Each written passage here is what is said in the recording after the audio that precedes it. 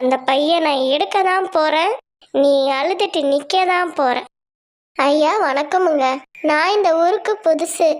எனக்குன்னு யாருமே இல்லைங்க.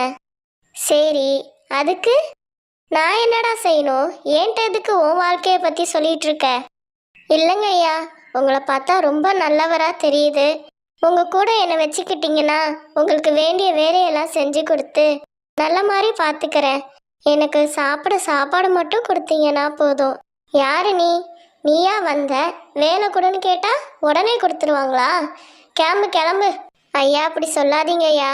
ஒரே ஒரு வாரம் என்னை வேலைக்கு வச்சு பாருங்க. என் சேவை உங்களுக்கு பிடிக்கலன்னா சொல்லுங்க, நான் உடனே கிளம்பிடுறேன். சரி சரி, என் கூடயே இரு. நான் சொல்ற வேலையெல்லாம் நீ செய்யணும்.